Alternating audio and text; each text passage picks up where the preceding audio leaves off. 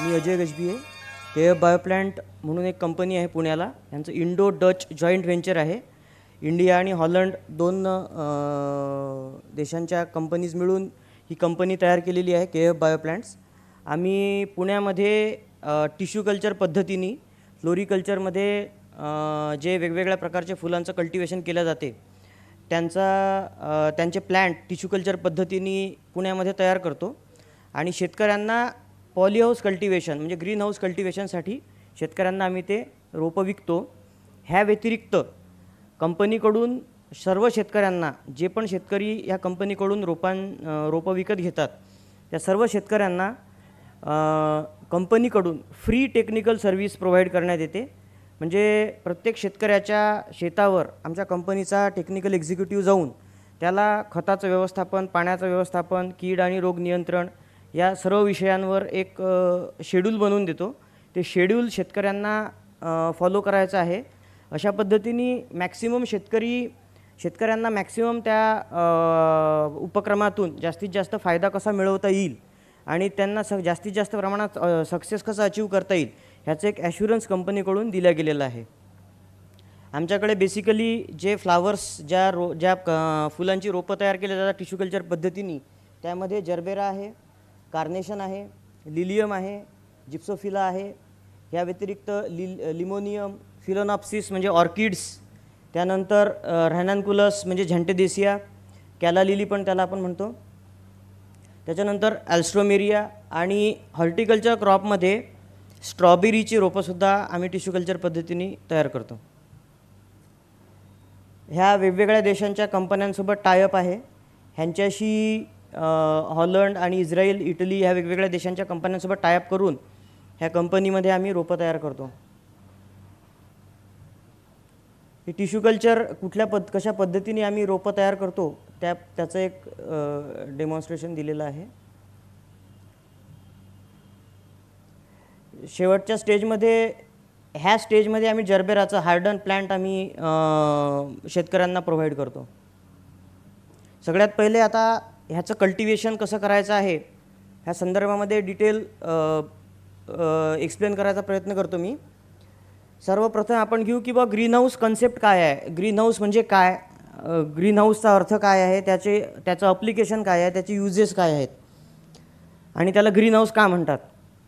सर्वप्रथम green house हा जो शब्द आहे ह्याला समजून घेतलं पाहिजे. ग्रीन हाऊस आणि ग्रीन कलर रंग ह्याचा काही एक संबंध नाही आहे. ज्या सायंटिस्टनी हा इफेक्ट शोधून काढला आहे त्या सायंटिस्टचं नाव आहे ग्रीन, त्याच्यामुळे त्याला ग्रीन हाऊस इफेक्ट म्हणतात. नॉर्मली फिजिक्समध्ये आपण म्हणतो Newton's third law of motion, Archimedes principle, त्या प्रकारे एक ग्रीन हाऊस इफेक्ट तो ज्यांनी इन्व्हेंट करून काढला सायंटिस्टचं नाव ग्रीन, त्याला ग्रीन हाऊस असं म्हटलेलं आहे. ग्रीन हाऊसची व्याख्या एकदम साध्या शब्दात सांगायचं झालं तर ग्रीन हाऊसची व्याख्या अशी आहे की असं कुठलंही स्ट्रक्चर ज्याला कव्हर केलेलं आहे आणि त्या कव्हरिंगमधून सूर्याचे जे किरण आहेत ते नॉर्मली त्यांना शॉर्ट वेव्ह रेडिएशन म्हटलं जाते. तर त्या कव्हरिंगमधून शॉर्ट वेव्ह रेडिएशन आत येऊ शकतात. त्याच्यानंतर ते जमिनीवर आदळल्यानंतर त्याचं कन्व्हर्जन होते लॉंग वेव्ह रेडिएशन्समध्ये. तर त्या कव्हरिंगमधून लॉंग वेव्ह रेडिएशन्स बाहेर जाऊ शकत नाहीत. त्याच्यामुळं स्ट्रक्चरच्या आतमध्ये एक हीटिंग इफेक्ट तयार होतो, एक उष्णता निर्माण होते, एक हीट जनरेट होते. त्या इफेक्टला म्हणतात ग्रीन हाऊस इफेक्ट. ती जी उष्णता आत तयार होते स्ट्रक्चरच्या आत त्या हीट जनरेशनच्या प्रोसेसला म्हणतात ग्रीन हाऊस इफेक्ट. आणि हा इफेक्ट ज्याच्यात फॉलो केला जातो, इम्प्लिमेंट केला जातो, अप्लाय होतो, त्याला म्हणतात ग्रीन हाऊस.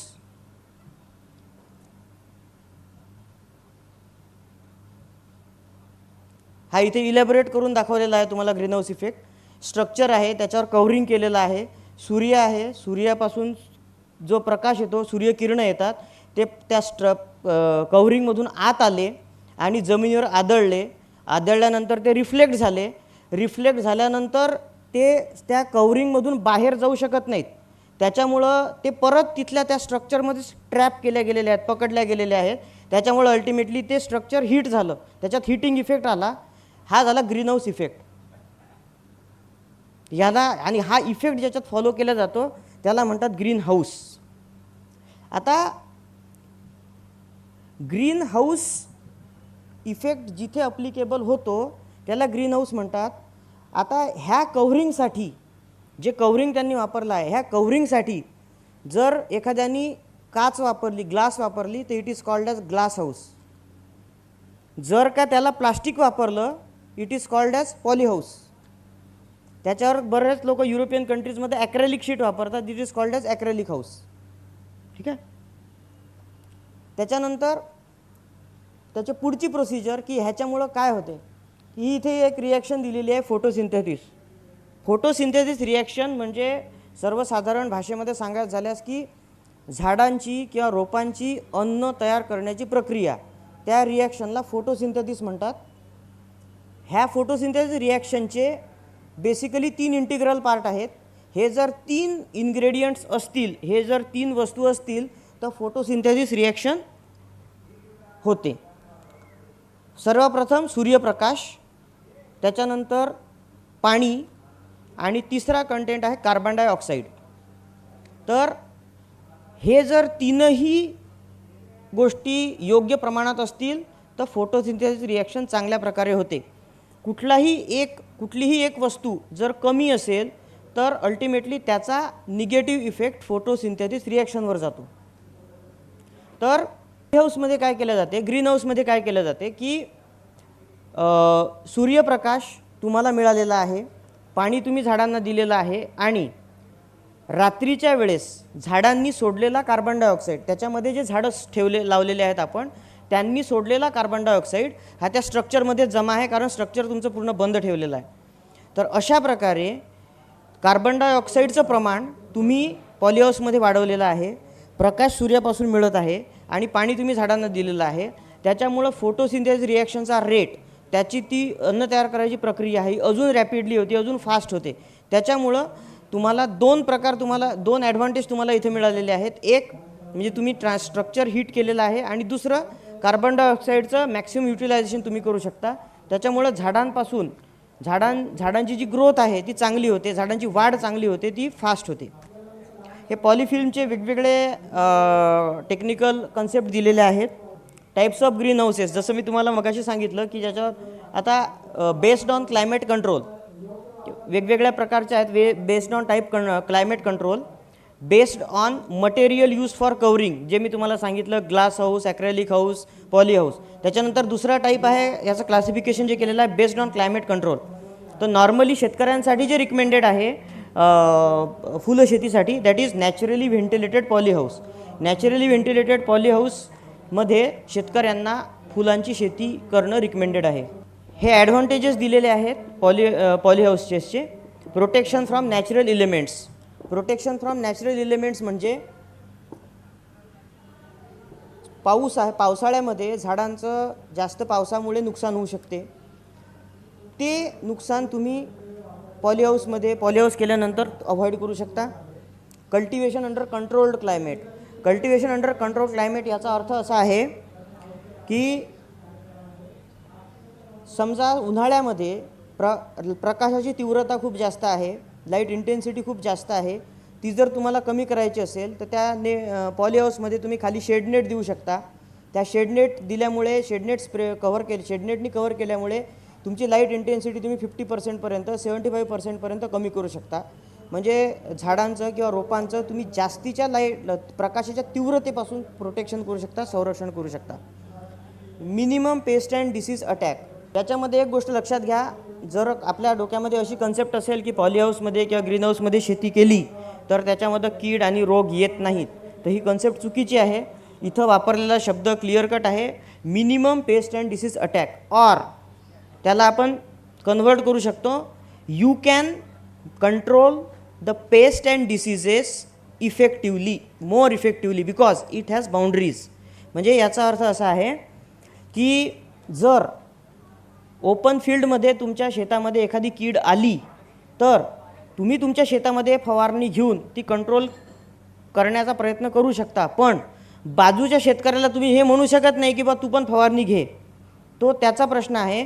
त्याच्यामुळे तुमच्या शेतातली कीड टेम्पररी कंट्रोल होईल, 4 दिवसानंतर परत बाजूच्या शेतामध्ये जरी ते असेल परत तुमच्या शेतामध्ये येईल. पण पॉली हाऊसमध्ये किंवा ग्रीन हाऊसमध्ये काय आहे की त्याला बाउंड्रीज आहेत, ते स्ट्रक्चर बंद आहे, त्याच्यामुळं तुम्ही स्ट्रक्चरच्या आतमध्ये फवारणी घेतल्यामुळे बाहेरमध्ये जर एखादी कीड असेल किंवा रोग असेल तर तो आत येण्याचे चान्सेस कमी आहेत, किंवा तुम्ही जो स्प्रे घेतलेला आहे, फवारणी घेतलेली आहे, त्याचे तुम्हाला मॅक्सिमम तुम्हाला त्याचे रिझल्ट मिळू शकतात आणि लाँग टर्म तुम्हाला रिझल्ट मिळू शकतात. Maximum utilisation of carbon dioxide, जे मी आता तुम्हाला सांगितलं की आपल्याला माहीत आहे की रात्रीच्या वेळेस ऑल काइंड ऑफ प्लांट, सर्व प्लांट्स रात्रीच्या वेळेस कार्बन डायऑक्साईड सोडतात. त्याच्यामुळे आपण ऐकलं आहे की रात्रीच्या वेळेस झाडाखाली झोपू नये, because they liberate carbon dioxide, they evolve carbon dioxide. पण मगाशी जे मी तुम्हाला सांगितलं फोटोसिंथेसिस रिॲक्शनचे 3 इंटिग्रल पार्ट आहे, सूर्यप्रकाश, कार्बन डायऑक्साईड आणि पाणी. याचाच अर्थ असा आहे की रात्रीच्या वेळेस झाडांनी सोडलेला कार्बन डायऑक्साईड जो आहे तो दुसऱ्या दिवशी सकाळी त्यांना अन्न तयार करायच्या प्रक्रियेसाठी गरजेचा आहे. तर नैसर्गिक वातावरणामध्ये 300 ppm कार्बन डायऑक्साईड आहे. आता ही जी हवा आहे ह्यामध्ये 300 ppm कार्बन डायऑक्साईड आहे. पण ह्या कार्बन डायऑक्साईडचं प्रमाण जर का वाढलं तर अल्टिमेटली काय होईल, फोटोसिंथेसिस रिॲक्शनचा रेटसुद्धा वाढेल. तर रात्रीच्या वेळेस झाडांनी सोडलेला कार्बन डायऑक्साईड त्या स्ट्रक्चरमध्ये स्टोअर्ड आहे. दुसऱ्या दिवशी सूर्य उगवल्यानंतर, पाणी दिल्यानंतर त्या कार्बन डायऑक्साईडचा, वाढलेल्या कॉन्सन्ट्रेशनचा कार्बन डायऑक्साईडचा वापर झाडं करून घेतात आणि फोटोसिंथेसिस रिॲक्शनचा रेट वाढतो. Ultimately it results in to vigorous and very good and fast growth of the plants. त्याच्यानंतर प्रिसाईज सुपरविजन. एक 10 एकर शेती तुम्ही करत आहात. 10 एकर शेतीमध्ये तुम्हाला लागणारा लेबर, लागणारं पाणी, लागणारं मेंटेनन्स, परत एका ठिकाणी तुम्ही आहे, दुसऱ्या 10व्या एकरवर लोक काय करत आहेत, लेबर, ह्या सुपरविजनचा तुमचा प्रॉब्लेम असतो. त्याऐवजी 10 एकरवर शेती करण्यापेक्षा 1 एकरवर जर तुम्ही शेती केली तर त्याचं सुपरविजन तुम्ही चांगल्यात चांगल्या प्रकारे करू शकता, कमीत कमी मॅनपॉवरमध्ये करू शकता. ह्याच्यासाठी हे प्रोटेक्टेड कल्टिवेशन इम्पॉर्टंट आहे. Maximum output in minimum area with less labour cost, जे मी आता तुम्हाला एक्सप्लेन करून सांगितलं आहे. इयर राऊंड कल्टिवेशन, झाडांचं पाण्यापासून संरक्षण आहे, झाडांचं थंडीपासून संरक्षण आहे, झाडांचं कडक उन्हापासून संरक्षण आहे. त्याच्यामुळे तुम्ही वर्षभर ह्याच्यात कल्टिवेशन करू शकता. की आता थंडी आहे म्हणून हे पीक घेऊ नये, आता पावसाळा आहे म्हणून हे पीक घेऊ नये. हे जे प्रॉब्लेम्स आहेत कल्टिवेशनमधले, शेतीमधले, ह्यामध्ये तुम्हाला फेस करावं लागत नाहीत. त्याच्यानंतर एक नवीन कन्सेप्ट आलेली आहे की आता भरपूर ठिकाणी मातीचे प्रॉब्लेम्स आहेत. तर मातीविरहित कल्टिवेशन म्हणजे कोकोपीटमधलं कल्टिवेशन, भरपूर लोक कोळशामध्ये कल्टिवेशन करतात, लाकडावर लाकडाच्या तुकड्यांवर कल्टिवेशन करतात. त्याच्यानंतर सँडमध्ये कल्टिवेशन करतात, नारळाच्या जो पावडर असते कोकोपीट त्याच्यामध्ये कल्टिवेशन करतात. त्याच्यानंतर कोकोनट शेल म्हणजे जे ओले नारळ असतात, जे आपण नारळाचं पाणी पितो तर ते जे ओलं शहाळं असते त्याचे तुकडे करून ते कोकोनट हस्क ज्याला म्हणतो, कोकोनट हस्कमध्ये कल्टिवेशन केलं जाते. तर ह्या प्रकारचं कल्टिवेशन तुम्ही प्रोटेक्टेड कल्टिवेशनमध्ये करू शकता. Maximum production and better quality, ultimately you are providing all the ideal parameters the plant needs. म्हणजे झाडासाठी लागणारं प्रत्येक गोष्ट, त्याची असणारी प्रत्येक गरज तुम्ही योग्य प्रमाणात पूर्ण करत आहात. अल्टिमेटली इट विल रिझल्ट्स, त्याचा रिझल्ट तुम्हाला काय मिळणार आहे तर maximum production and better quality of the product. म्हणजे त्या प्रोडक्टची क्वालिटीसुद्धा तशीच राहील आणि त्याचं प्रोडक्शनसुद्धा तुम्हाला 4 पट 5 पट मिळेल. त्याच्यानंतर थोडंसं डिटेल टेक्निकलमध्ये जाऊ आपण. साईट सिलेक्शन, बेसिकली हे क्रायटेरिया दिलेले आहेत, बट आपल्या डोळ्यासमोर एकच क्रायटेरिया ठेवायचा आहे. एनिवेअर पॉलीहाऊस जे आहे, प्रोटेक्टेड कल्टिवेशन जे आहे, ते कुठल्याही ठिकाणी तुम्ही करू शकता. कुठल्याही प्रकारची लँड तुम्ही सिलेक्ट करू शकता. डिपेंडिंग ऑन तुमची जमीन कशी आहे त्यानुसार तुम्हाला लँड डेव्हलपमेंटवर खर्च कमी जास्त होऊ शकतो. पण कुठल्याही प्रकारच्या जमिनीवर, कुठल्याही प्रकारच्या क्लायमेटमध्ये तुम्ही पॉलीहाऊस कल्टिवेशन करू शकता, पॉलीहाऊस स्ट्रक्चर इरेक्शन करू शकता. ग्रीन हाऊस इरेक्शन नॉर्मली हे नॉर्म्स दिलेले आहेत, त्याची लेंथ नॉर्थ साऊथ असावी. हाही क्रायटेरिया हे नॉर्मल रूल्स आहेत, थंब रूल जे वर्ल्ड वाईड आहेत. But as far as India is concern, आपल्या देशाचा जर आपण विचार करतो म्हटलं तर हा नॉर्म्स आपल्या तेवढ्या काही कामाचा नाही. लेंथ नॉर्थ साऊथ असावी. ह्याच्या मागचं बेसिक कन्सेप्ट तुम्हाला समजून सांगतो की युरोपियन कंट्रीजमध्ये किंवा पाश्चात्य देशांमध्ये हा नॉर्म्स आहे की त्याची लेंथ नॉर्थ साऊथ असावी. ह्याच्या मागचं कारण सगळ्यात सिंपल कारण हे आहे की युरोपियन कंट्रीजमधला सगळ्यात मेजर प्रॉब्लेम आहे फोटो पिरियड. म्हणजे त्यांच्यासाठी जो आपण फोटो पिरियड म्हणजे असं समजू की duration of sunlight is very less. म्हणजे सूर्यप्रकाश त्यांना कमीत कमी वेळ मिळतो. जसं आता ग्रेट ब्रिटन किंवा युरोपियन कंट्रीजचा विचार केला तर त्यांच्याकडे दिवस हा भरपूर 6 महिने दिवस हा फक्त 5 ते 6 तासाचा असतो. तर त्या पिरियडमध्ये मॅक्सिमम सनलाईट त्यांना त्या स्ट्रक्चरमध्ये ट्रॅप करायचं आहे, मॅक्सिमम हीट ट्रॅप करायची आहे. जर ईस्ट वेस्ट जर कल्टिवेशन असेल, पूर्वेकडून उगवलेला सूर्य जर झाडं असतील ईस्ट डायरेक्शननी तर त्याची सावली पश्चिम दिशेला लागलेल्या झाडांवर पडेल. त्याच्यामुळं त्यांना डायरेक्ट सनलाईट मिळणार नाही. तर हा प्रॉब्लेम अवॉइड करण्यासाठी प्रत्येक झाडांना डायरेक्ट सनलाईट मिळावा. ते जर प्लांटेशन नॉर्थ साऊथ असेल तर एका झाडाची सावली दुसऱ्या झाडावर पडायचा प्रश्न येत नाही. त्याच्यामुळं they are recommending length around north south direction and plantation should be around north south direction. But आपल्यासाठी हा क्रायटेरिया नाही. ह्याची हाईट जी असते मिनिमम स्ट्रक्चरची हाईट ही 6 मीटर असते. Centre height gutter height 4 metre असते. एरोडायनॅमिक शेप त्या स्ट्रक्चरला दिलेला आहे. मगाशी डायग्राममध्ये मी तुम्हाला दाखवला आहे. त्याला नॅचरली व्हेंटिलेटेड पॉलीहाऊस असल्यामुळे त्याला चारही साईडनी ओपनेबल व्हेंट दिलेले असतात आणि टॉपला परमनंटली ओपन व्हेंट असतो. पॉलीहाऊस थिकनेस त्याच्यावर जे आपण प्लास्टिक कव्हरिंग केलेलं आहे त्याबद्दल थोडंसं सांगतो. जे प्लास्टिक तिथे वापरलं आहे त्या प्लास्टिकला म्हणतात UV स्टॅबिलाइज प्लास्टिक. UV स्टॅबिलाइज प्लास्टिकचा अर्थ असा आहे की सूर्यापासून जे आपल्याला किरणं येतात त्यामध्ये 2 प्रकारचे रेडिएशन्स असतात. One is ultra violet radiations which is harmful for all living things. Ultra violet radiations हे पृथ्वीवर असलेल्या सर्व सजीव सृष्टीसाठी हार्मफुल आहेत. आणि दुसऱ्या प्रकारचे रेडिएशन्स असतात infrared radiations. Infrared radiations are beneficial for all living things. हे सर्व प्रकारच्या सजीव सृष्टीसाठी गरजेचे आहेत. तर ह्या प्लास्टिकमधून अल्ट्रा व्हायोलेट रेडिएशन्स हे बाहेरच्या बाहेर रिफ्लेक्ट केले जातात. ओन्ली इन्फ्रारेड रेडिएशन्स फक्त इन्फ्रारेड रेडिएशन्स त्या प्लास्टिकमधून आत येतात. अशा प्रकारची प्लास्टिकची क्वालिटी आहे. ह्याला UV स्टॅबिलाइज प्लास्टिक म्हणतात. ह्याचा जो गेज असतो थिकनेस असतो दॅट इज 200 मायक्रॉन्स. ह्याच्यामध्ये आता नवीन प्रकारचं एक टेक्नॉलॉजी ॲड केलेली आहे. One more thing is added that is sulphur. म्हणजे ह्या प्लास्टिकमध्ये अजून सल्फर कोटेड प्लास्टिकसुद्धा आलेले आहेत. त्या सल्फर कोटेड प्लास्टिकमुळे जे नवीन ग्रीन प्लॅनेटचं जी कन्सेप्ट आलेली आहे त्याच्यामध्ये कार्बन डेटिंग वगैरेचा जो इश्यू आलेला आहे तर ह्याच्यामुळे सल्फरचं कोटिंग असल्यामुळे कार्बन मोनॉक्साईड ह्या ग्रीन हाऊस गॅसेसचं बाहेरच्या बाहेर रिफ्लेक्शन केलं जाते. त्याला पण आत येऊ दिलं जात नाही. तर ह्याच्यामुळे सल्फर कोटिंगसुद्धा हा एक ह्याच्यामध्ये एक ॲडिशनल ॲडव्हान्टेज दिला गेलेला आहे.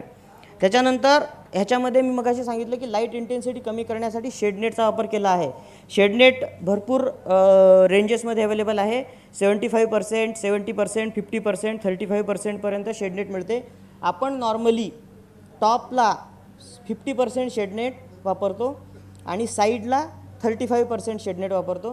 ह्याच्यामध्ये वेगवेगळ्या रंगामध्ये सुद्धा शेडनेट येते. त्याच्यामध्ये व्हाईट आहे, ब्लॅक आहे, व्हाईट अँड ब्लॅक आहे, ग्रीन आहे, रेड आहे. तर नॉर्मली ग्रीन हाऊस कल्टिवेशनसाठी आपल्या एरियामध्ये विदर्भामध्ये कंपल्सरीली आपल्याला व्हाईट शेडनेट वापरायचे आहे. ह्याच्या मागचं कारण असं आहे की आपला जो मेन पर्पज आहे शेडनेटचा तो आहे समर. आपला बेसिक पर्पज हा आहे की आपल्याला मॅक्सिमम हीट जी आहे ती रिफ्लेक्ट करायची आहे, बाहेर कमी करायची आहे.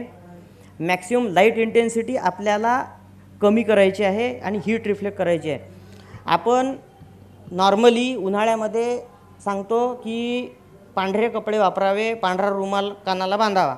दॅट इज बिकॉज ऑफ फिजिक्समधलं एक नियम आहे, प्रिन्सिपल आहे perfectly white body, perfectly white body याचा अर्थ आणि त्याच्या अगेन्स्ट आहे परफेक्टली ब्लॅक बॉडी. ह्याचा अर्थ असा आहे जी काळी वस्तू असते ती मॅक्सिमम हीट ॲब्सॉर्ब करते आणि पांढरी वस्तू मॅक्सिमम हीट रिफ्लेक्ट करते, मॅक्सिमम लाईट इंटेन्सिटी रिफ्लेक्ट करते. त्याच्यामुळं आपल्याला व्हाईट शेडनेट वापरायची आहे. Drip irrigation system, fertigation system, fogger system बऱ्याच ठिकाणी आपल्याकडे कडक उन्हामुळे वातावरणातली जी आर्द्रता आहे किंवा ह्युमिडिटी आहे ती अत्यंत कमी होते. 15% 16% ह्युमिडिटी आपल्या एरियामध्ये जाते. आपल्याला ती ह्युमिडिटी फ्लोरिकल्चरसाठी करायला पाहिजे आहे नॉर्मली 60 to 70%. ही ह्युमिडिटी वाढवण्यासाठी त्या स्ट्रक्चरमध्ये फॉगिंग सिस्टीम प्रोव्हाइड केल्या जाते.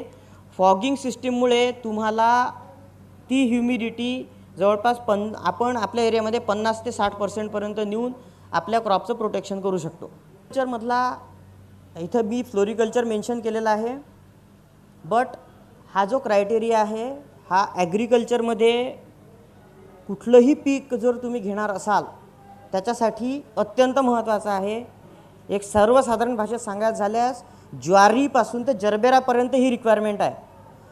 हा चार्ट अवॉइड करून जर कल्टिवेशन केलं आणि तुम्ही त्याला कितीही चांगले खतं दिले आणि कितीही चांगले खतं दिले आणि कितीही चांगले औषधं फवारले, कितीही कॉस्टली औषधं फवारले, किती महागातले औषधं फवारले, तर तुम्हाला रिझल्ट मिळणे हे अत्यंत कठीण आहे.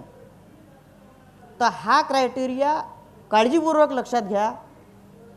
पाण्याचा जो pH आहे तुमच्या pH किंवा सामू हा 5.5 ते 6.5 किंवा 7पर्यंत असावा. जर का तो 7च्या वर जसा जसा जाईल तशी तशी तुमची पाण्याची क्वालिटी ही खराब होत जाते. झाडांच्या दृष्टीने ते धोकादायक आहे. तुमच्या झाडांना तुम्ही जे पाणी द्याल, जे खतं द्याल, जी फवारणी घ्याल ते झाड घेऊ शकणार नाही. झाडामध्ये ते ॲब्सॉर्ब होऊ शकणार नाही. आणि आपण जे आता फवारण्या घेतो ते औषधं किंवा ते खतं असतात सिस्टेमिक, म्हणजे ते झाडाच्या आतमध्ये जातात. ते पाणी जर तुमचं चुकीचं असेल तर ते झाड ॲब्सॉर्ब करू शकणार नाही, त्याच्यामुळे तुम्हाला रिझल्ट मिळणार नाही. त्याच्यानंतर इलेक्ट्रिकल कंडक्टिव्हिटी किंवा EC हा 0.7 पेक्षा कमी असावा. 0.7 पेक्षा जर जास्त असेल EC पाणी तर ह्याचं डायरेक्ट रिलेशन आहे तुमच्या पाण्यामध्ये मिठाचं प्रमाण जास्त आहे. आणि पाण्यामध्ये जर मिठाचं प्रमाण जास्त असेल तर कितीही चांगल्या औषधं, कितीही चांगले तुम्ही खतं द्या, ते झाड मुळा थ्रू किंवा पानांथ्रू घेऊ शकत नाही. म्हणून हे चेक केल्यानंतर कुठलं पीक घ्यावं, कुठलं क्रॉप घ्यावं हे डिसाईड केलं पाहिजे. त्याच्यानंतर काही सॉल्ट, काही प्रकारचे मीठ आपल्या पाण्यामध्ये किती आहेत हे अवश्य चेक करा. ह्याच्यामध्ये भरपूर 15-16 न्यूट्रिएंट्स दिलेले आहेत, पण आपल्या दृष्टीने, विदर्भाच्या दृष्टीने कॅल्शियम, मॅग्नेशियम, सोडियम, क्लोराईड आणि फ्लोराईड ह्या 5 गोष्टींचं ॲनालिसिस, डिटेल ॲनालिसिस करून घेणे हे अत्यंत अत्यंत अत्यंत आवश्यक आहे. केमिकल प्रॉपर्टीज ऑफ सॉईल, माती. आपल्या शेतामध्ये जर काळी माती असेल तीसुद्धा चालू शकते. नॉर्मली फ्लोरिकल्चरबद्दल ज्या कोणी लोकांनी डिस्कशन केलं असेल किंवा काही इंटरॅक्शन केलं असेल किंवा माहिती मिळवली असेल त्यामध्ये एक शब्द तुम्हाला प्रकर्षाने जाणवेल की लाल माती. तर लाल माती ह्याचा काहीही एक संबंध नाही. बेसिक ही गोष्ट आहे. सगळ्यात महत्त्वाची गोष्ट ही आहे, त्या रंगाशी काहीही घेणं देणं नाही आहे. लाल असू द्या, पांढरी असू द्या, पिवळी असू द्या, काळी असू द्या, कुठल्याही प्रकारची माती आपल्याला चालू शकते, पण त्याच्या केमिकल प्रॉपर्टीज ह्याच असाव्या. म्हणजे त्याचा pH हा 7 ते 7.5 असला पाहिजे, 7.5 पेक्षा कमी असला पाहिजे. त्याचा EC 1 पेक्षा कमी असला पाहिजे. काळ्या मातीचा pH जर 7 असेल आणि EC 0.5 असेल तर ती काळी माती तुम्ही फ्लोरिकल्चरसाठी 100% वापरू शकता. त्याच्यानंतर कॅल्शियम कार्बोनेट, जो तिसरा पॅरामीटर दिलेला आहे कॅल्शियम कार्बोनेट, त्याला आपण मराठीमध्ये चुनखडी म्हणतो. चुनखडीचं प्रमाण हे 5%च्या वर नसावं. चुनखडीचं प्रमाण हे जर 5%च्या वर असेल तर ती माती आपण वापरू शकत नाही.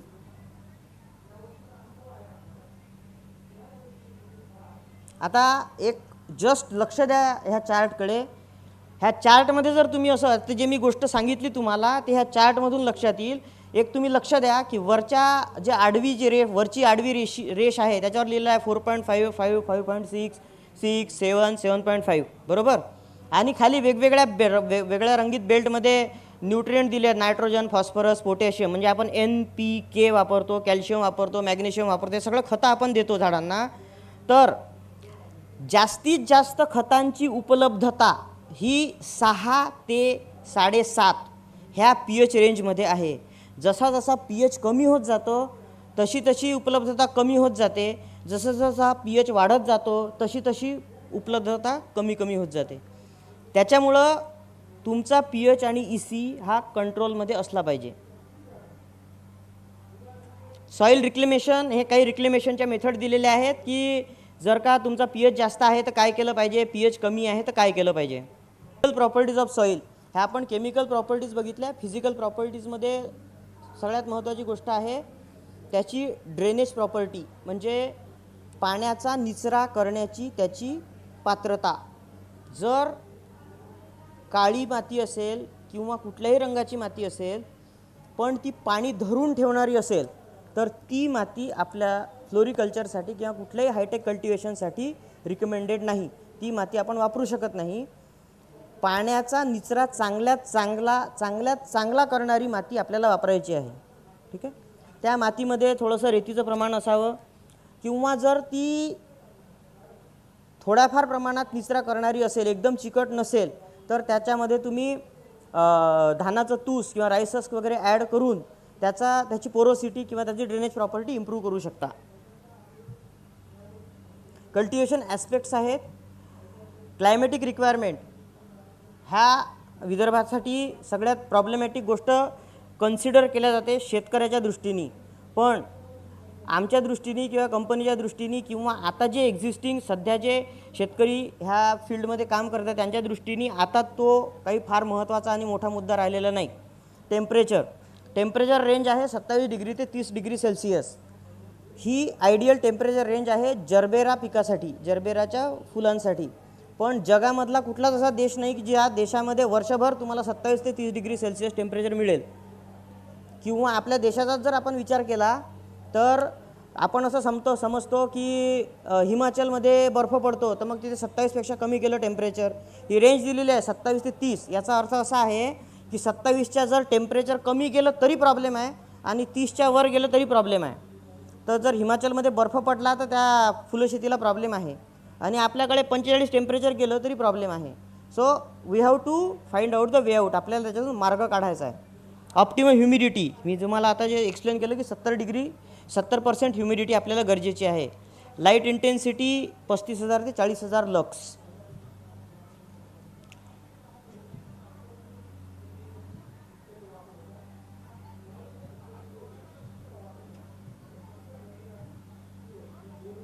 अशा प्रकारचे गादी वाफे आपण जरबेराच्या कल्टिवेशनसाठी बनवतो. ह्याच्यामध्ये गादी वाफ्यांची जी उंची आहे ती 1.5 फूट 45 सेंटीमीटर आणि त्याची रुंदी जी आहे ती 60 सेंटीमीटर म्हणजे 2 फूट ठेवली गेलेली आहे. दोन रेस बेडमधलं जे डिस्टन्स आहे पाथवे तो 30 सेंटीमीटरचा आहे. इरिगेशन सिस्टीम, एका बेडवर नॉर्मली 3 किंवा 2 लॅटरल रिकमेंड केलेले असतात. एका ड्रिपरचा डिस्चार्ज हा साधारण 1 to 1.3 LPH ह्या स्पेसिफिकेशनचा वापरला गेलेला आहे. 2 ड्रिपरमधलं जे अंतर आहे ती 30 सेंटीमीटर असते. म्हणजे शॉर्टमध्ये ह्याचं जर स्पेसिफिकेशन सांगतो म्हटलं इरिगेशन सिस्टीमचं तर शॉर्टमधलं 1 सेंटेन्समधलं स्पेसिफिकेशन आहे 16 mm lateral, 30 centimetre dripper spacing and 1.3 LPH dripper discharge. अशा स्पेसिफिकेशनची इरिगेशन सिस्टीम आपल्याला इन्स्टॉल करायची आहे. बेसल डोज, प्लांटेशनच्या अगोदर जो आपण बेसल डोज देतो त्याच्यामध्ये सिंगल सुपर फॉस्फेट आणि मॅग्नेशियम सल्फेट नॉर्मली वापरलं जाते. हे अशा प्रकारचं प्लांटेशन आपण करतो. एका गादी वाफ्यावर 2 रांगा जरबेराच्या लावलेल्या असतात. 2 रांगांमधलं अंतर 37.5 सेंटीमीटर आणि 2 रोपांमधलं अंतर 30 सेंटीमीटर.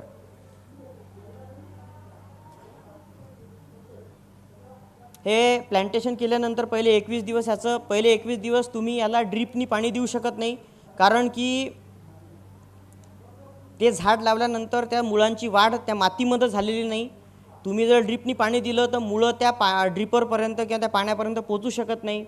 त्याच्यामुळं तुम्ही झाडाला पहिले 21 दिवस झाडापाशी पाणी द्यायचं आहे. त्याच्यामुळे झारीनी किंवा शॉवरिंगनी तुम्हाला पाणी द्यायचं आहे पहिले 21 दिवस. ड्रीप सिस्टीम वापरायची नाही आहे. त्याच्यानंतर व्हेजिटेटिव्ह स्टेजसाठी तुम्ही 19-19-19 हे खत तुम्ही वापरू शकता, मायक्रोन्यूट्रंट देऊ शकता. त्याच्यानंतर हे 1 महिना हे शेड्यूल चालवल्या 19-19-19 खत दिल्यानंतर एक फ्लावरिंग स्टेजचं शेड्यूल तुम्ही पुढं देऊ शकता. पुढं हे शेड्यूल एक जे फ्लावरिंग स्टेजचं आहे ते कंटिन्यू करू शकता. Paste and disease management.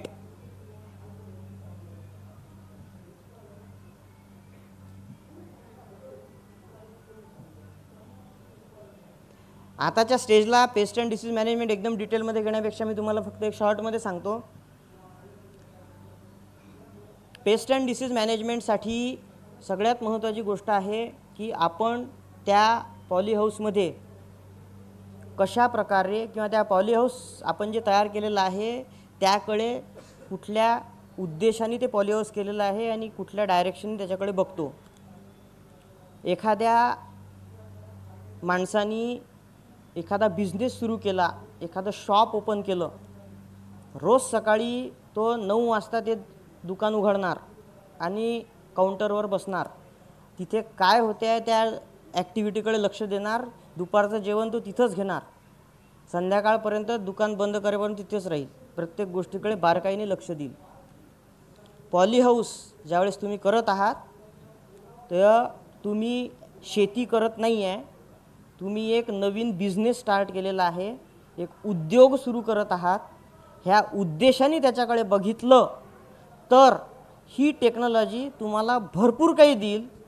नाही तर जे काही तुम्ही इन्व्हेस्ट केलेली आहे ती पूर्ण घेऊन जाईल. एकदम क्लिअर कट ओपिनियन सांगतो तुम्हाला. जर ॲज अ बिझनेस म्हणून त्याच्याकडे बघून जर शेती करत असणार तर यू कॅन बी, तुम्ही अक्षरशः 2 वर्षामध्ये लाखो रुपये कमवू शकता. अन्यथा जे काही 10 गुंठ्यावर 15 लाख रुपये खर्च केलेले आहेत ते कमावणं कठीण होऊन जाईल तुम्हाला. त्याच्यामुळं रोज तिथं जा, रोज त्या झाडांकडे झाडांचं मॅनेजमेंट करा, बघा, त्यांच्याशी बोला, त्यांच्यामध्ये काय चेंजेस होतात ते ऑब्झर्व करा. ते तुम्ही ऑब्झर्व कराल तर त्याच्यामधले प्रॉब्लेम्स तुम्हाला लक्षात येतील. ताबडतोब फोन करा, त्याच्यावर रिमेडी करा, तर तुम्हाला इमिजिएट कंट्रोल मिळेल. पुढं होणारं नुकसान तुम्ही टाळू शकता. म्हणून आपण पेस्ट अँड डिसीज मॅनेजमेंट ही आपल्या हातातली गोष्ट आहे. ही आपण त्याचं कसं कंट्रोल करायचं हे आपल्या हातात आहे. त्याच्याकडं जास्त जोर देण्याचा माझा प्रयत्न आहे. केअर, काळजी, कुठलीही फवारणी घेताना, कीटनाशकाची किंवा बुरशीनाशकाची फवारणी घेताना कुठली काळजी घ्यावी हे डिटेलमध्ये घेण्यामागचं रिझन हे आहे की तुम्ही पॉलीहाऊस जरी नाही केलं उद्या तरी तुमच्या शेतीमध्ये जे काही स्प्रे घ्याल त्यावेळेस जरी तुम्ही ही काळजी घेतली तरी तुम्हाला याचा फायदा होईल. त्या पाण्याचा pH जर हा 6 ते 6.5 असला पाहिजे तर तुम्ही जे औषध त्या पाण्यामध्ये टाकत आहात, जी खतं तुम्ही त्या याच्यात टाकत आहात तर तुम्हाला त्याचा चांगला रिझल्ट मिळेल. आपण असं म्हणतो की आता हे औषध काम नाही करत, व आता हे औषध रोज फवारल्यामुळे हे औषध आता काम नाही करत, याचा इफेक्ट चालला गेला. असं नाही आहे. औषध तेच आहे, आजही ते इफेक्टिव्हच राहणार आहे. पण तुम्ही जे पाणी वापरत आहात त्याचा जर pH 7 आणि 7.5 असेल तर कुठलंही औषध आणलं तरी ते तुम्हाला इफेक्ट देणार नाही. कारण की ते झाडामध्ये घुसलंच नाही, झाडाने ते ॲब्सॉर्बच केलं नाही. आणि तुम्ही वापरला आहे सिस्टमिक इन्सेक्टिसाईड. जोपर्यंत ते झाडाच्या सिस्टीममध्ये जाणार नाही आणि सिस्टीममध्ये गेल्यानंतर ते झाड विषारी झाल्यानंतर तो किडा त्या इन्सेक्टनी ते झाड खाईल आणि मग ते औषध त्या किड्याच्या पोटात जाईल आणि मग किडा मरेल. एवढी मोठी प्रोसिजर आहे. पण ते झाडच विषारी झालं नाही कारण ते सिस्टीमच त्या झाडानेच ते ॲब्सॉर्ब केलं नाही, तर ते किडा मरेल का? तो चूक औषधाची नाही आहे, चूक पाण्याची आहे. आता तुम्ही सोल्युशन बनवलं सकाळी आणि घरी चालले गेले, बाबा जेवण करून येतो आणि स्प्रे मारतो, असं करू नका. ज्या वेळेस सोल्युशन बनवलं ताबडतोब स्प्रे घ्या आणि मग बाकीचे कामं करा. किंवा पहिलेच विचार करा की मला आता काही काम असेल तर मी नंतर करतो स्प्रे, तर त्याच वेळेस सोल्युशन बनवा आणि ताबडतोब स्प्रे घ्या. ह्याच्यामध्ये स्प्रेइंग घेताना अजून एक लक्षात घ्या, आपल्याकडे जे पंप येतात त्याच्यामध्ये त्याच्यासोबत जे नोझल येते ते नोझल कमीत कमी वापरा. त्याच्यासोबत दुसरे नोझल मार्केटमध्ये मिळतात ज्याचा ओरिफिस साईज म्हणजे जे नोझलचा जो साईज असतो तो छोटा असतो, याच्यातून बारीक ड्रॉपलेट साईज निघतो. तो कमीत कमी ड्रॉपलेट साईज असलेल्या स्प्रेअरनी तुम्ही स्प्रे घेतला पाहिजे, त्याच्यामुळे तुमचा इफेक्ट चांगला येतो. ह्या प्रकारचे कीड त्या जरबेरावर येतात. नागअळी, पांढरी माशी, फुलकिडे, लाल कोळी, अळी आणि निमॅटोड, सूत्रकृमी. हे वेगवेगळ्या प्रकारच्या स्टेजेस दाखवलेले आहेत. कल्टिवेशन रिलेटेड कोणाला काही डाऊट्स आहेत का? नाही. ॲप्सा 80 किंवा अनेक प्रकारचे मार्केटमध्ये स्टिकर मिळतात. ह्यांचं काम आहे sticker, spreader and सोल्युबलायझर.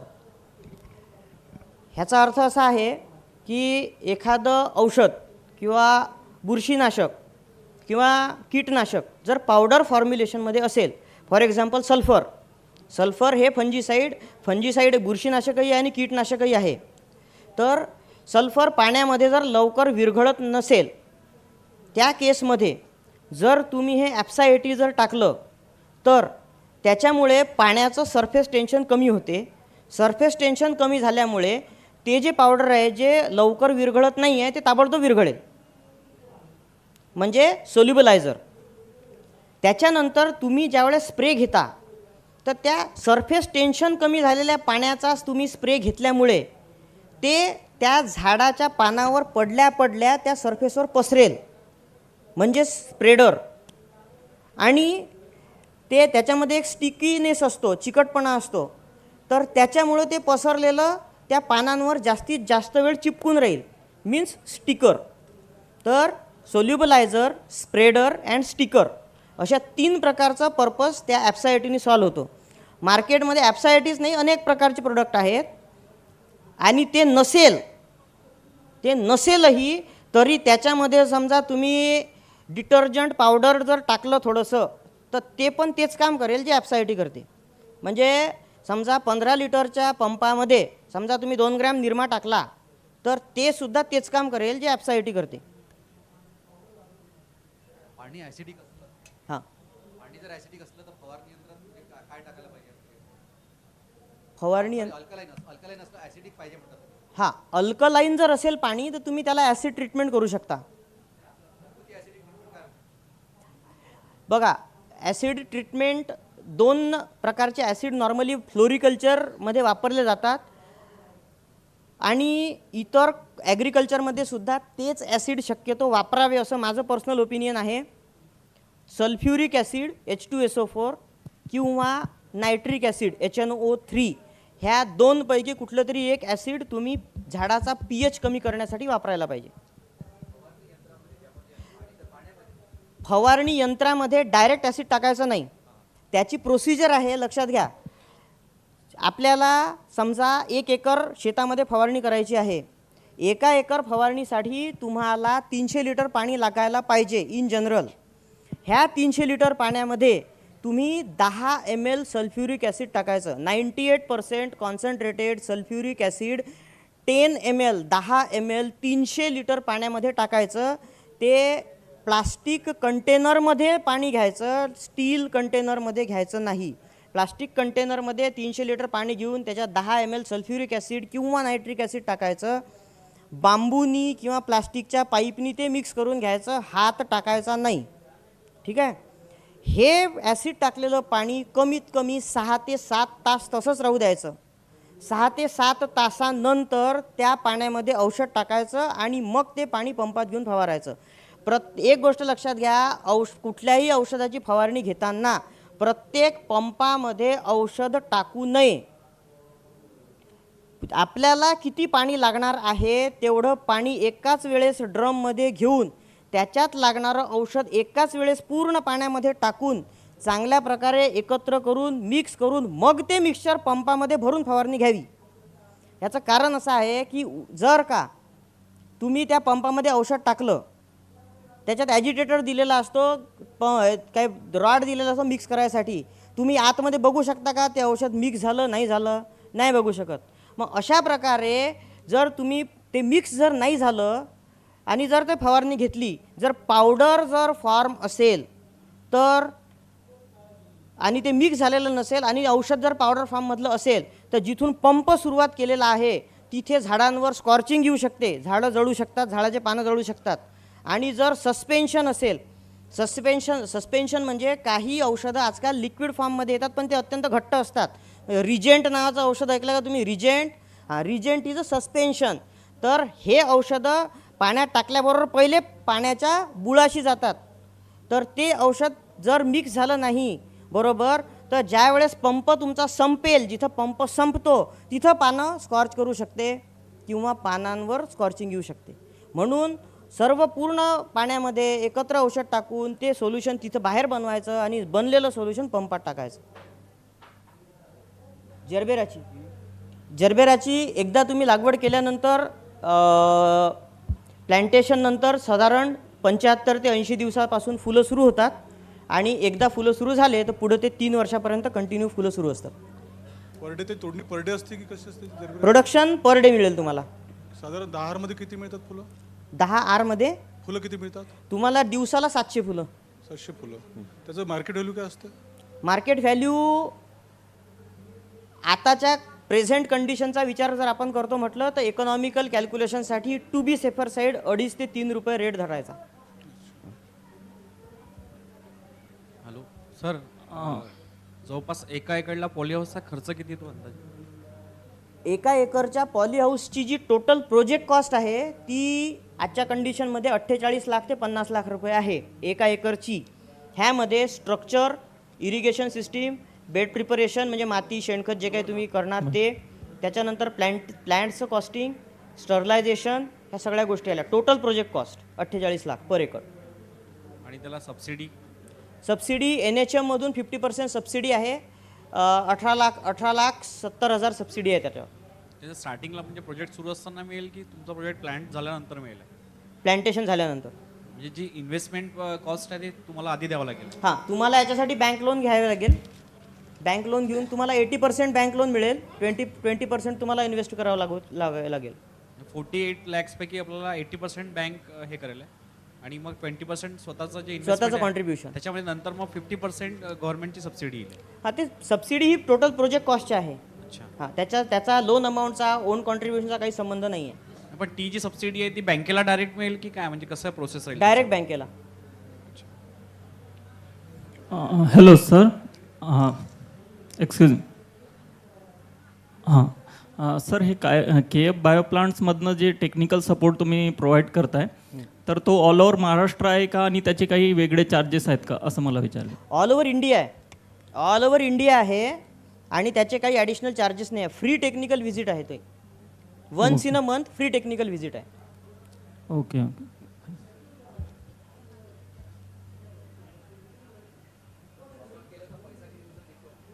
Break even point साधारण 22 महिन्याचा आहे. प्रोडक्शन सुरू झाल्यानंतर 20 ते 22 महिन्यामध्ये तुम्ही इन्व्हेस्टमेंट केलेली निघते. मदत करू शकतो तुम्हाला. हां, कुठे विकायचं. नागपूरमध्ये असेल तर मदत करायची काही गरजच नाही. इथे हॉटेल हरदेवच्या मागे, जानकी टॉकीजच्या मागे मार्केट आहे, फ्लॉवर मार्केट, रोज सकाळी असते. तिथं तुम्ही सेल करू शकता. तुम्हाला जर बाहेर मार्केट करायचं असेल, जसं मेजर मार्केट इंडियामधले जे मेजर फ्लॉवर मार्केट आहे, दिल्ली, बॉम्बे, त्याच्यानंतर हैदराबाद, कलकत्ता, पुणे, बँगलोर, ह्या ठिकाणी जर तुम्हाला फ्लावर्स तुमचे पाठवायचे असतील तर त्याच्यामध्ये तुम्हाला मदत केली जाईल. हां, मिनिमम 10 गुंठे. हां, त्याच्यातून हां, त्याच्यामध्ये पण ब्रेक इव्हन तुमचा जवळपास 20 ते 22 महिन्याचा येईल. एक्सपान्शन करताना तुम्हाला सबसिडी मिळू शकते. एक्सपान्शनच्या अंडर सबसिडी आहे. एका माणसाला किंवा एका शेतकऱ्याला एका नावावर 1 एकरपर्यंत परमिशन आहे. 1 एकरपर्यंत पॉलीहाऊस एक शेतकरी करू शकतो. हा, नंतर परत तुम्ही एक्सपान्शनच्या हेडमध्ये अर्ध्या एकरसाठी परत अप्लिकेशन करू शकता. आता मग क्लिअर केलं बोलतानाच की मला मातीच्या रंगाशी काही घेणदेण नाही आहे. चिकटपणा तर असतोच ना काळी मातीमध्ये. हां, काळी मातीमध्ये तर चिकटपणा असतोच ना. असं काही नेसेसरी नाही आहे. सावनेरला इवन सेलूच्या काही भागामध्ये काळ्या मातीमध्ये जरबेराचं कल्टिवेशन आहे, अच्छा. चांगलं सुरू आहे. नाही, माझ्या कडमेश्वरला आहे, तिथे काळी माती माझी आहे, तिथे आहे ना एकदम डॅमला हां, लागू ना माझ्या. तर कळमेश्वर भागामध्ये लाल माती तुम्हाला मिळू शकते. ते फॉरेस्टमध्ये आपण ते परमिशन घेत हां, नाही ना, परमिशन नाही मिळत. लिंगा वगैरे साईडला तुम्हाला लिंगाला लाल नाही माती माझं. मिळू शकते. बट बेसिक थिंग इज तुमच्याकडे जर काळी माती जर आहे, सगळ्यात पहिले महत्त्वाची गोष्ट अशी आहे की तुम्ही तुमच्या काळ्या मातीचा pH चेक करा. ओके. तो जर pH जास्त असेल, 7.5च्या वर असेल, तर आपण ती वापरू शकत नाही. आपण त्याच्यासाठी अल्टरनेटिव्ह शोधू. तर नागपूरला तुमच्या ऑफिस आहे का इथं काही? ना नागपूरला ऑफिस आहे का काही? हा, हॅलो, एक्सक्यूज मी, याचं आर्थिक आयुष्य किती असते? आपलं शेडनेट किती दिवस, आपलं हे पॉलीहाऊस किती दिवस टिकतं असं? पॉली हाऊस बघा, त्याचं जे स्ट्रक्चर आहे त्याचे 3 पार्ट आहेत. स्ट्रक्चरचे 3 पार्ट आहेत. One is structure which is made of GI pipe. GI पाईपचं स्ट्रक्चर हे प्रिडिक्ट करू शकत नाही, बट इंडस्ट्रीयल जे रूल्स आहेत त्यानुसार त्याचं कन्सिडरेशन केलं जातं 10 इयर्स, 10 वर्ष. 10 वर्षाचं डेप्रिसिएशन ते बँक रिपोर्टमध्ये, प्रोजेक्ट रिपोर्टमध्ये बनवलं जाते. So we can consider as 10 years. Then second thing is plastic, polythene. तर व्हर्च्युअली प्लास्टिकचं काहीही लाईफ नाही आहे. एखाद्याने ब्लेड मारली, लाईफ इज 0. एखादी ठिणगी पडली, लाईफ इज 0. बरोबर. बट त्याच्यात ज्या केमिकल प्रॉपर्टीज दिलेल्या आहे त्याच्यावर जर फोकस केला तर त्याचं ते प्लास्टिक आहे UV स्टॅबिलाइज प्लास्टिक. तर UV stabilisation capacity of the plastic is for 2.5 years. For 2.5 years, it will stabilize the UV stabilized radiations from the sun. After that, the UV stabilization will go on reducing. Second, third part is shade net. Shade net is again same thing. एक गोष्ट लक्षात घ्या, मी तुम्हाला स्वतः recommend केलं की white shade net वापरा, पण एक गोष्ट लक्षात घ्या, ज्या काही शेडनेट आहेत, काळी, हिरवी, लाल, पांढरी, ऑल शेडनेटमध्ये सगळ्यात कमी लाईफ हे पांढऱ्या शेडनेटचं आहे. कारण की त्याचं UV स्टॅबिलायझेशन हे सगळ्यात कमीत कमी होते. त्याच्यामुळे पांढऱ्या शेडनेटचं लाईफ हे सगळ्यात कमी आहे. ह्याला एक अल्टरनेटिव्ह म्हणून white shade net with black viewing, म्हणजे पांढरी शेडनेट पण ज्याची शिलाई काळ्या शेडनेटची आहे, काळ्या धाग्याची आहे. ही जर शेडनेट तुम्ही वापरली तर तुम्हाला साधारण 2 वर्षापर्यंत त्याचा लाईफ मिळते, 2 ते 2.5 वर्षापर्यंत. पॉलीफिल्म न वापरता जर आपण नुसते शेडनेटमध्ये झरबेरा लागवड केली तर होते का? नाही, शेडनेट कन्सेप्टच वेगळी आहे, पॉलीहाऊस कन्सेप्टच वेगळी आहे. शेडनेट कन्सेप्टला खूप जास्त लिमिटेशन्स आहेत पॉलीहाऊस कल्टिवेशनपेक्षा. शेडनेटमध्ये तुम्ही पावसापासून संरक्षण नाही करू शकत, थंडीपासून संरक्षण नाही करू शकत. सर, याचं रोपं किंवा सीड्स कसे अवेलेबल आणि कुठे अवेलेबल असतात? टिश्यू कल्चरचे रोपं पुण्याला कंपनी आहे, टिश्यू कल्चर कंपनी. तर जरबेराचे रोपं तुम्हाला पुण्यातून मिळतील. साधारण 3 महिने अगोदर त्यांचं बुकिंग करावं लागतं 50% ॲडव्हान्स देऊन. त्याच्यानंतर आपल्याला ते रोपं अवेलेबल होतात. नागपूरला ब्रँच ऑफिस आहे, मानकापूरला.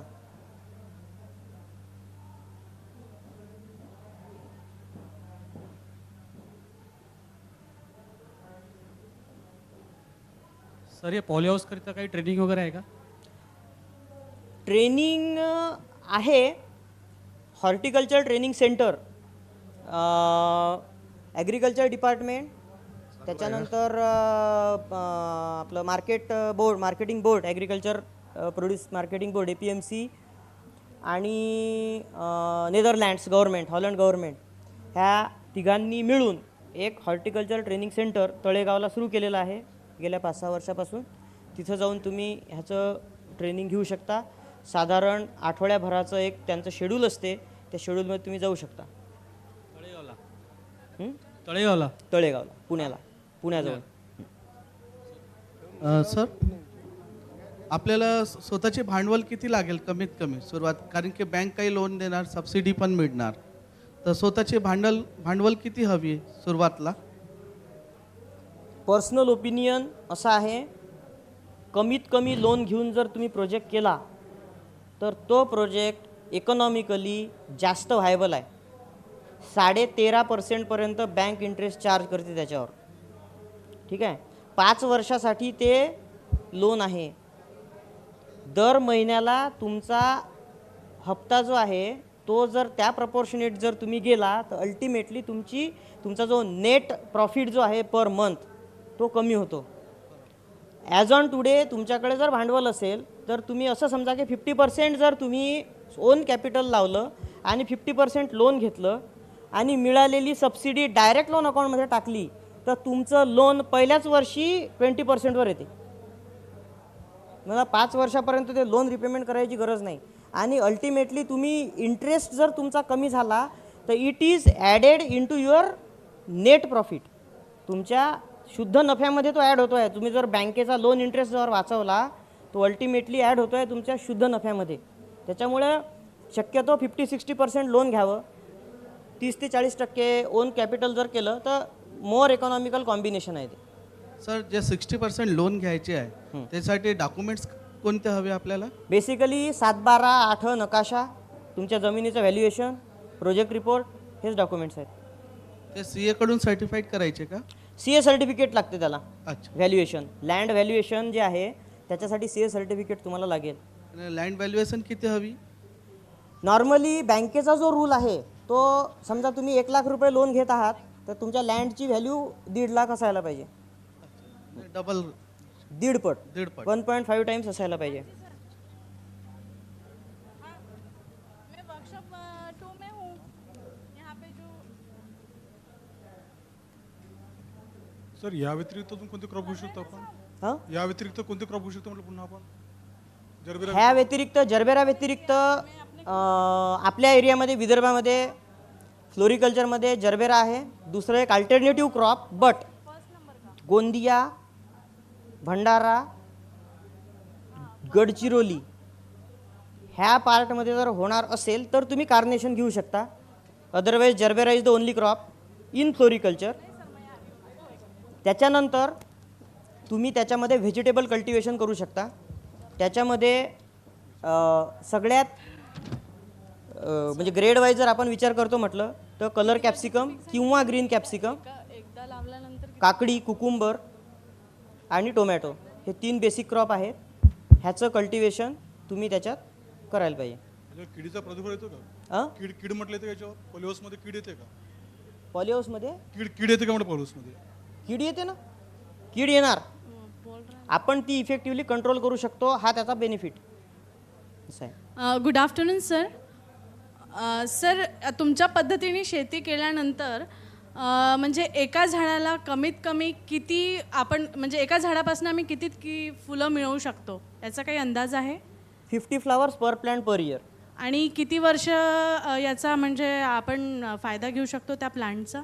3 वर्ष. अच्छा, 3 वर्षानंतर ते प्रोडक्शन करणार नाही? 3 वर्षानंतर 3 वर्ष जे मी बोललो it is not life of the plant. त्या झाडाचं आयुष्य नाही, it is the economic life of the plant. After 3 years 50च्या ऐवजी 40 फुलं येऊ शकतात. फ्लावर डायमीटर 12 सेंटीमीटरच्या ऐवजी 10 सेंटीमीटर येऊ शकतो. दांड्याची लांबी 50 सेंटीमीटरच्या ऐवजी 30 सेंटीमीटर 40 सेंटीमीटर येऊ शकते. So the quality parameters and the productivity may hamper. So it will reduce. Yes. Can you tell me the reason? Because it's a life of the plant. All these are F1 hybrids. Okay. So there is a limitation for the reproduction in that. So can we do breeding? Means if we get the 1 year plant, then we will breed with 3 years plant. So can we get the production from that? Virtually not. Okay. Virtually not. And have you know about the tissue culture of Zarbera? Basically, I am from technical and marketing of the plant agronomical side. So that's why I'm asking. Have you heard about the tissue culture? No. It's a totally different field. Okay. Thank you, sir. Hello sir ते तुम्ही capsicum आणि broccoli, green capsicum आणि broccoli बद्दल जे बोलले, red capsicum, हे आपल्या विदर्भाच्या वेदरमध्ये म्हणजे ॲडजस्ट होतं का? हा, म्हणजे आपण जर ते एक गोष्ट लक्षात घ्या साहेब, मी एकदम क्लिअर सांगतो तुम्हाला, क्लायमेट हा विषय फक्त आपण डोक्यावर घेतलेला आहे, बाकी कोणी भारतातल्या कुठल्याही राज्याने घेतलेला नाही आहे. तुम्ही जर असा विचार करत असाल तर मी दर 3 महिन्यांनी मेघालय, नागालँड, अरुणाचल प्रदेशमध्ये जातो. त्यांच्या घरात जायला रस्ते नाही आहेत, पण तिथं फुलांची शेती करतात. ते त्यांचे घरं जमिनीच्या खाली आहेत, तिथं ते शेती करतात. आपण फक्त बाऊ केलेला आहे. नाही, जसं माझ्या डोक्यामध्ये मी आता या 2 वर्षातच शेतीमध्ये उतरलेलं आहे, पण माझा बिझनेस ग्रीन पीसचा आहे. ओके, ग्रीन पीस विकता विकता ते त्या दुकानामध्ये कॅप्सिकम, ब्रोकली वगैरे मी बघतो, आणि सगळं पुण्यावरनं मागवतात. जवळपास विदर्भामध्ये म्हणजे या इकडल्या भागाला त्याचे ग्रीन हाऊस किंवा पॉली हाऊस नाहीच आहे. तर माझा एक विचार होता की शेती आहे आपल्या, आणि आपण ते प्रोजेक्ट जर केला तर डेफिनेटली करू शकता. मार्केट तर रेडी आहे. डेफिनेटली करू शकता, काहीच प्रॉब्लेम नाही. स्टार्टिंगला फक्त 50% म्हणजे 48 लाखमध्ये 24 लाख नियर अबाउट आपल्यापाशी तेवढं एक भांडवल आवश्यक आहे आवश्यक. Future planning. ठीक. कशात नाही, त्याच्याबद्दल नाही सांगू शकत.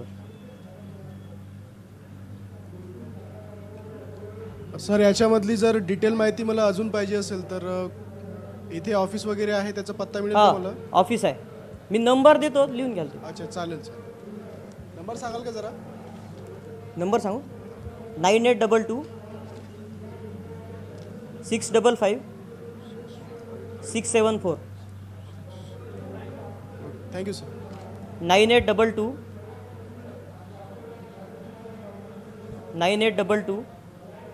655 674.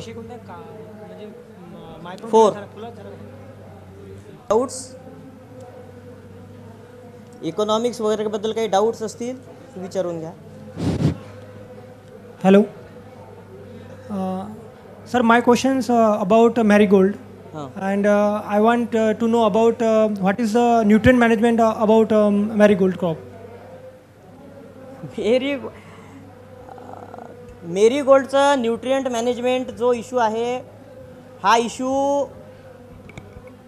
तुम्हाला जर खरंच सॉल्व करायचा असेल तर तुम्हाला त्याच्यासाठी ड्रीपवर झेंडूची शेती करावी लागेल. आणि ड्रीपवर जर तुम्ही झेंडूची शेती केली तर मला वाटत नाही ती इकॉनॉमिकली व्हायबल आहे. त्याच्यासाठी जर तुम्ही वॉटर सोल्युबल फर्टिलायझरचा जर ड्रीपनी वापर केला, मला असं वाटत नाही की ते इकॉनॉमिकली व्हायबल आहे.